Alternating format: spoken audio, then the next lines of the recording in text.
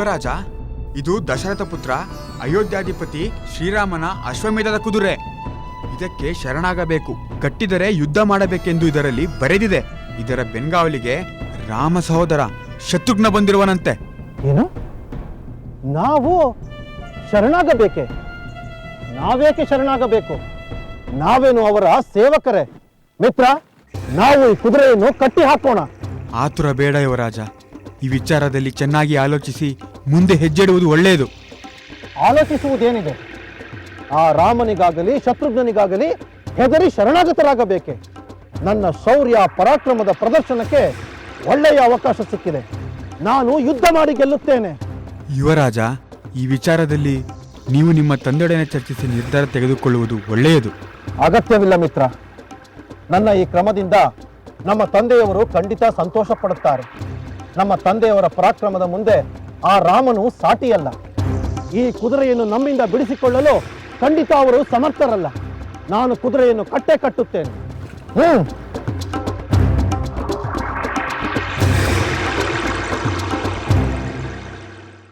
ಅಮಾತ್ಯರೇ, ನಮ್ಮ ಅಶ್ವಮೇಧದ ಕುದುರೆಯ ಇತ್ತೀಚಿನ ಸಂಚಾರದ ವಾರ್ತೆಗಳೇನಿದೆ?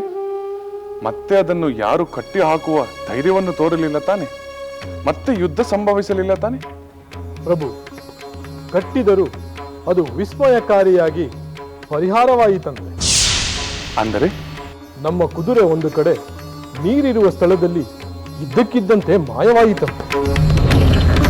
ಹೌದೇನೋ?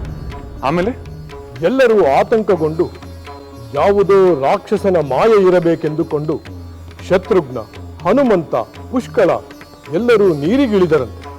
ಅಲ್ಲಿ ಅವರು ಒಂದು ವಿಚಿತ್ರವನ್ನು ಕಂಡರಂತೆ. ವಿಚಿತ್ರವೆಂದರೆ? ನೀರಿನಲ್ಲಿ ಸುಂದರವಾದ ಉದ್ಯಾನವನವನ್ನು ಕಂಡರಂತೆ. ಅಲ್ಲೊಬ್ಬಳು ಸುಂದರ ತರುಣಿಯನ್ನು ಕಂಡರಂತೆ. ಅವಳೇ ನಮ್ಮ ಕುದುರೆಯನ್ನು ಕಟ್ಟಿ ಹಾಕಿದವಳಂತೆ. ಅವಳ ಕಡೆಯವರು ಯುದ್ಧಕ್ಕೆ ಸಿದ್ಧರಾದರೆ? ಇಲ್ಲ ಪ್ರಭು, ಯುದ್ಧ ನಡೆಯಲಿಲ್ಲ. ಅದಕ್ಕೊಂದು ಕಾರಣವಿದೆ. ಏನು ಕಾರಣ ಅಮಾತ್ಯರೇ? ಅವಳು ನಿಮ್ಮ ಪರಮ ಭಕ್ತಳಾದ ಯೋಗಿನಿಯಂತಿದ್ದಳಂತೆ. ಆಶ್ಚರ್ಯಕರವಾಗಿದೆ. ನೀರಿನಲ್ಲಿ ನನ್ನ ಭಕ್ತಳಾದ ಯೋಗಿನಿ? ಹೌದು ಪ್ರಭು. ಕುದುರೆ ನಿಮ್ಮದು ಎಂದು ತಿಳಿದ ಮೇಲೆ ಕ್ಷಮೆ ಯಾಚಿಸಿ ತಮ್ಮ ಮೇಲಿರುವ ಭಕ್ತಿಯನ್ನು ವ್ಯಕ್ತಪಡಿಸಿ ವರವನ್ನಿತ್ತು ಕುದುರೆಯನ್ನು ಹಿಂತಿರುಗಿಸಿದಳಂತೆ.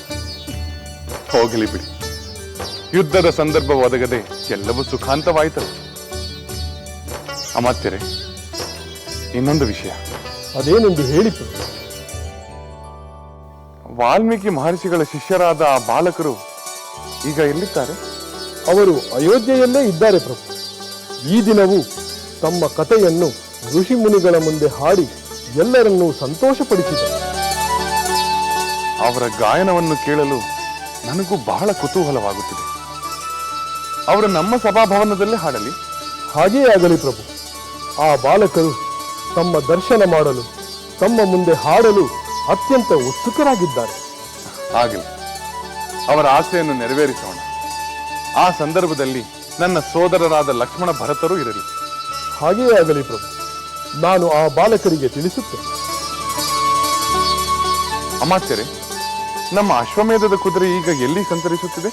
ಅದು ದೇವಪುರದ ಕಡೆಗೆ ಸಾಗಿದೆ. ಅಲ್ಲಿನ ರಾಜ ವೀರಮಣಿ.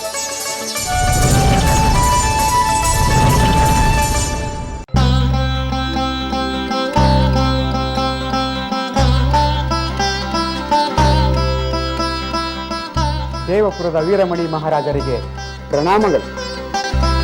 ಪೂಜ್ಯ ತಂದೆಯವರಿಗೆ ವಂದನೆಗಳು. ಬನ್ನಿ ಬನ್ನಿ, ನಿಮ್ಮ ಬೇಟೆ ವನವಿಹಾರ ಸಂತೋಷದಾಯಕವಾಗಿತ್ತೆ? ಓಹೋ, ದಿನಗಳು ಕಳೆದದ್ದೇ ತಿಳಿಯಲಿಲ್ಲ ಮಹಾಪ್ರಭು. ಆದರೆ ಏಕೆ ಸುಮ್ಮನಾದೆ ಮಿತ್ರ?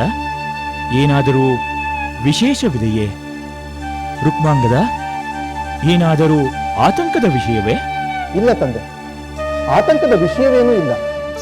ನಾವು ಬೇಟೆಯನ್ನು ಮುಗಿಸಿ ಹಿಂದಿರುಗಿ ರಾಜಧಾನಿಯತ್ತ ಬರುತ್ತಿರುವಾಗ ಒಂದು ಸುಂದರವಾದ ಕುದುರೆಯನ್ನು ಕಂಡು ಅದನ್ನು ಹಿಡಿದು ನಮ್ಮ ಅಶ್ವಶಾಲೆಯಲ್ಲಿ ಕಟ್ಟಿ ಬಂದಿದ್ದೇವೆ.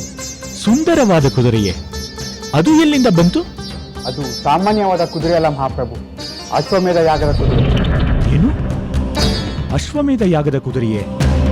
ಆ ಯಾಗವನ್ನು ಮಾಡುತ್ತಿರುವ ಮಹಾವೀರನಾದ ರಾಜ ಯಾರು? ಆ ವಿಷಯವೇನಾದರೂ ತಿಳಿಯಿತೆ? ತಿಳಿಯಿತು ತಂದೆ. ಆ ಕುದುರೆಯ ಹಣೆಯ ಮೇಲೆ ಬರೆದ ಲೇಖವನ್ನು ಓದಿ ನಾನು ಕಟ್ಟಿ ಹಾಕಿದೆ. ಅದರಲ್ಲಿ ಏನೆಂದು ಬರೆದಿತ್ತು? ಪ್ರಭು, ಅದು ಈಕ್ಷಾಕು ವಂಶದ ದಶರಥ ಪುತ್ರ ಅಯೋಧ್ಯಾಧಿಪತಿ ಶ್ರೀರಾಮಚಂದ್ರನ ಯಾಗದ ಕುದುರೆ. ಅದಕ್ಕೆ ಶರಣಾಗಿ ಕಪ್ಪ ಕಾಣಿಕೆಯನ್ನು ಒಪ್ಪಿಸಬೇಕು.